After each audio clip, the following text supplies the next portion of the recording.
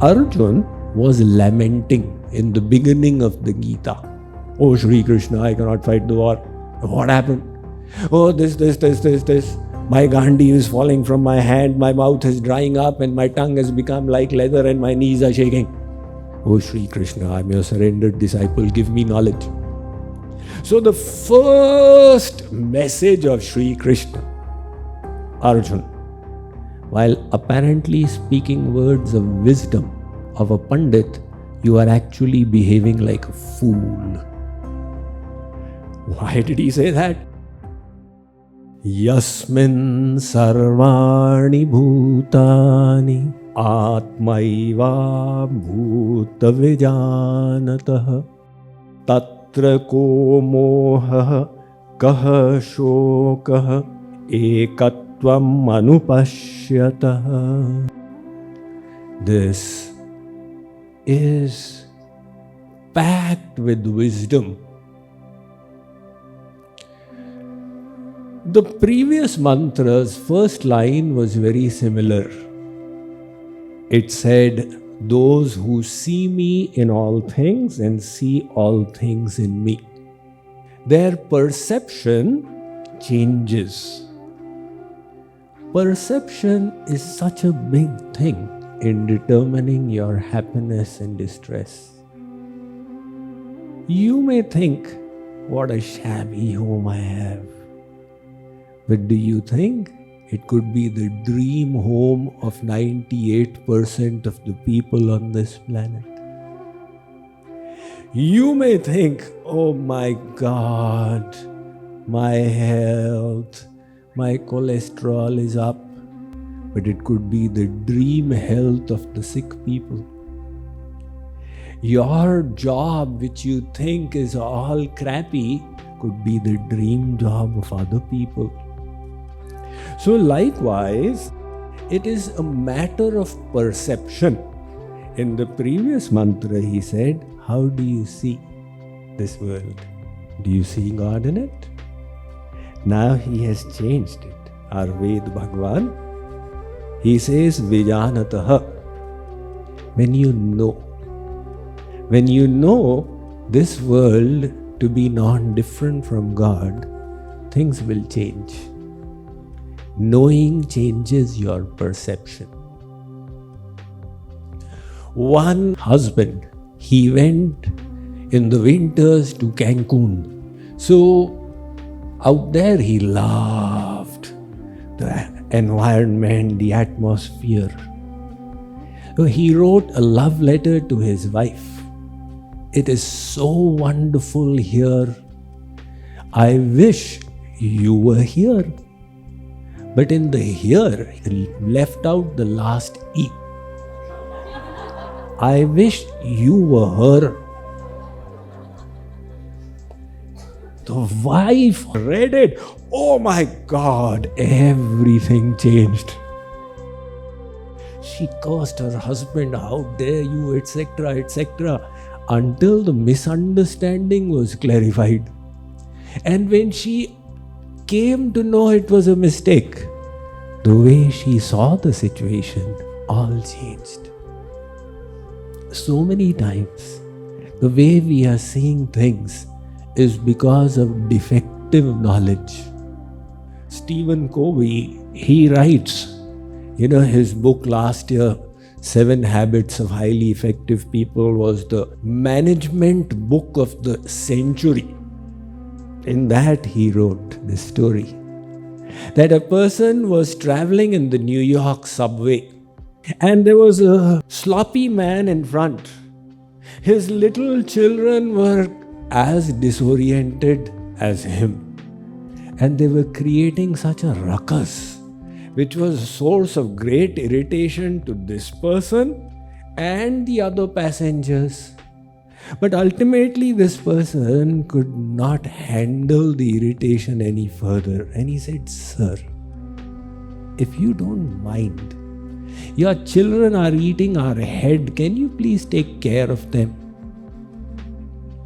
The man responded, yes, I think I need to take a better job. I don't know how to handle the situation. We have just come, we are on our way back from the hospital. Their mother has passed away 2 hours ago, and they are unable to handle it as I am unable to handle it. The moment the passengers heard that, their whole perception changed. So how did perception change? Through knowledge. Knowledge changed the way you look at things. If we don't have the proper knowledge, we create defective perceptions, and those are so often the reason for our negative thinking. So, how do you create positive perceptions? How do you remove resentments? How do you get rid of hurts? Keeping resentment is one of the worst things. Shri Maharaj Ji has written, Bhuli ho durbhavana kaho, ho na sapne hu pyare. O my dear mind, even in your dream, even by mistake, don't keep ill will towards anyone. Person whose heart is unclean keeps a bad attitude even towards good places. Sri Krishna is there. Yeah, but why does he not stand straight? Why does he stand crooked? The Rath Yatra is coming. Yeah, but why does it take so long to come? Why can't it come faster? Jagannath Ji is on the chariot, so royal and regal. Yeah, but why does he have so big eyes? So, people who have that perception, they will see bad everywhere. And the sign of goodness is the absolute reverse. The sign of goodness is, you challenge yourself. I will not keep durbhavana, ill will, anywhere. Somebody has hurt me, take it as a test. Here comes an opportunity to practice sadhana. Will the situation win or will I win? So, how do you overcome resentment? This mantra is giving us a sovereign recipe. It is saying, how do you look at this world? You can look at this world in different ways. As little children, we used to have these puzzles. There was jumbled lines in the puzzle book. What do you see out here? One person, if you look from here, there's an old man. And you look from here, there's a young man. Now what do you wish to see? Both are there in the picture.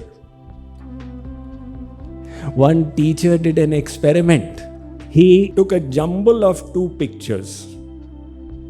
Now it had the old man and the young man. He divided the class into 2. And he showed these people the young man's picture. And then he showed them the old man's picture. And then he showed them all the jumbled picture and said, which one do you see? This half of the class was willing to swear it is the young man. And that half was willing to swear it is the old man. The fact is, both the pictures were there. They were being affected by what they had seen in the past. Likewise, this world is the world of Maya, and God is also in this world.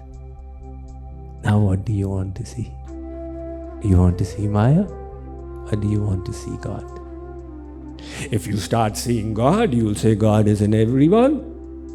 And when you see God is in everyone, the person towards whom you are keeping resentment, God is in that person as well.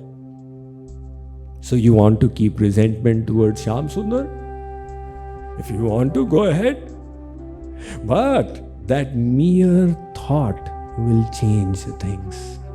When you change your knowledge, When you understand God is everywhere, it will automatically change your perception of things. So the scriptures have told us time and time and time again, Vishwam Vishvareshancha Vishvesham Vishvakaranam Vishwadharancha Vishwastham Vishvakarana Vishwaraksha Karanam cha Vishwagajam Vishwajam Param. In one mantra, 6 things are being said. God is the world. He is the creator of the world. He is the material from which the world has been created. He is the maintainer of the world. He has established the law and order of the world, and He is the one who shall annihilate the world. So now if we decide that this is the knowledge we will believe, based on that knowledge, we start training ourselves to see God. And when you see God, you naturally change the way you look at people. One professor was known for his kindness. He took his student on a field trip. When they were outside the city, they were on the road. A poor farm worker, having slogged it out in the sun, completely exhausted, was under a tree. The student was a little naughty. So he said, "Sir, let's have some fun. Let's make this guy's shoes disappear and hide behind the bush. And then we will see his reaction when he sees his shoes missing." The professor said, "Why not do it my way?" He gave this student $1 coins and said, "Slip it into his shoes." All right, he put it in his shoes. Now this farm worker, poor man, he woke up. Having woken up, he was about to put his shoe on when he discovered something round, a disc. So he took his foot out and he put his hand in and he saw a full dollar. The expression on his face, he was thinking, "Oh my God, here is the money for my sick wife's medicine." And then he saw the other shoe also had $1. Now the professor and his student were sitting behind the bush and watching. What did they see? This man, he fell on his knees. He lifted his hands up towards the heaven and started praying. The words of his prayer were, "Oh God, today I really believe in you. My little children didn't have to eat. My wife didn't have medicine for her sickness. How in the world have these come? If it is not for your grace, how could it have come?" He walked off.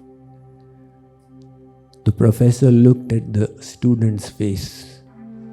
The student said, "Sir, thank you so much for teaching me that giving is a far more joyous activity than taking." He understood.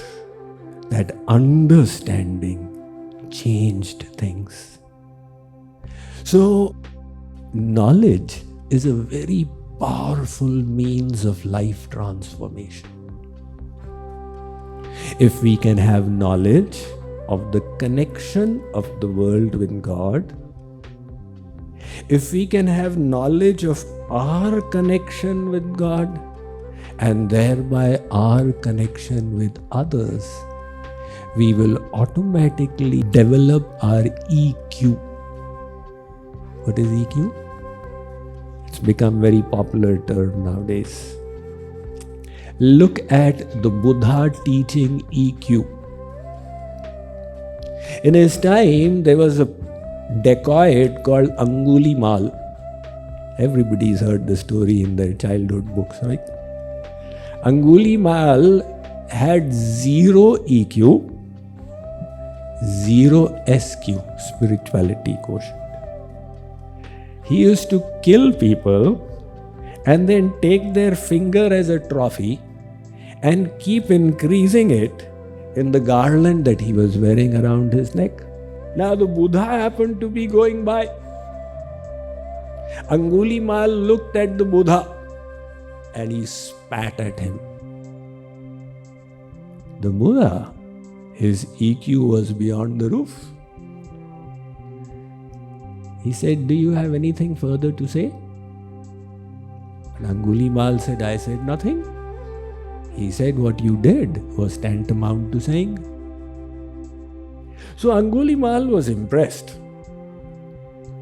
And the Buddha said, "You know, what you are doing has got no bravery. What I am doing has got bravery." Angulimal said, "How do you say that?" The Buddha said, "Here is a leaf on a twig on this tree. Break it." Angulimal broke it. Buddha said, "Join it back." He could not join it back. So likewise said the Buddha said, "What you are doing is so trivial, you are breaking people." "I am joining people. That is bravery." So the Buddha walked in front and his 200 disciples walked behind him. Angulimal realized that Buddha may have been physically weaker than me, but if he had just given an instruction to his disciples, "Ek jhapad lagao," he would have fallen flat. So Angulimal became his surrendered devotee. That epiphany moment, that understanding changed the way he looked at things. So in this mantra, Vijanata has come for knowing. And then the second line is very interesting. It says, "Ko moha kah shokah." One who knows will never be attached and will never be lamenting. Actually, the word moh comes from mu dhan, meaning to make unconscious. So, Sri Krishna has said, right? Sammohat smriti vibramah smriti bhranshat buddhinasho. Look, if you get anger, what happens? Your intellect becomes sammohit. It becomes unconscious. And then you lose memory and then the intellect is ruined. So Arjun was lamenting in the beginning of the Gita. Shok. And finally in chapter 2, Arjun surrendered. Shishyaste ham shadimam tvam prapannam. He has first given his whole philosophy to Sri Krishna. Dhandivam sansate hastattvakchaiva paridafyate na cha shaknomyavasthatum bhramati vache me mana eva muktvarjunas shankhe rathopast upavishat visrijyam sacharanchapam shoka samvignamanasa. Oh Sri Krishna, I cannot fight the war. What happened? Oh, this.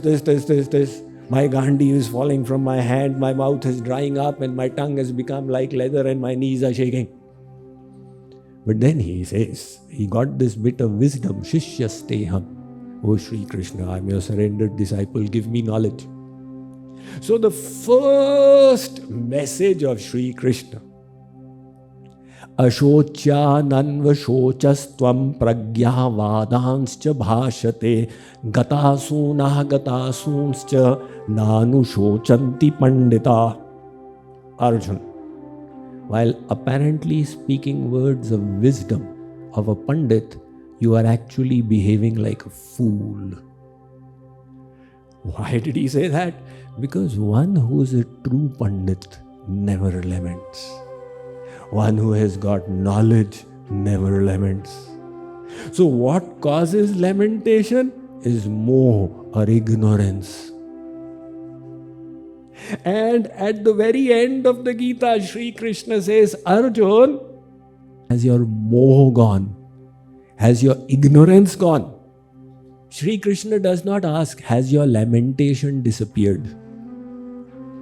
He only says, has your moh gone? Because if moh goes, lamentation will go automatically. So Arjun says, Nashto moha smritir labdha tvat prasadhan maya chuta. Oh Sri Krishna, my moh has gone. Chapter closed. My ignorance is gone. So Sri Krishna gave him the knowledge. His ignorance disappeared. Arjun is now in knowledge. His lamentation is gone. So Ved Bhagavan is telling us that if you are able to actually know that God is everywhere, the moh will disappear, the lamentation will disappear. This is the power of knowledge. Many years ago, literally 30 years ago, I asked Maharajji, what is the best service we can do to people? He said, the best service you can do is to give them right knowledge. Knowledge makes such a difference. So, that is the mission of JKYog. What is the link between knowledge and bhakti? Bhakti is based on knowledge and understanding. So Chaitanya Mahaprabhu, who is considered Prema Avatar, he said, Siddhanta baliya chitte na karo alas. In cultivating your knowledge and understanding, don't be lazy.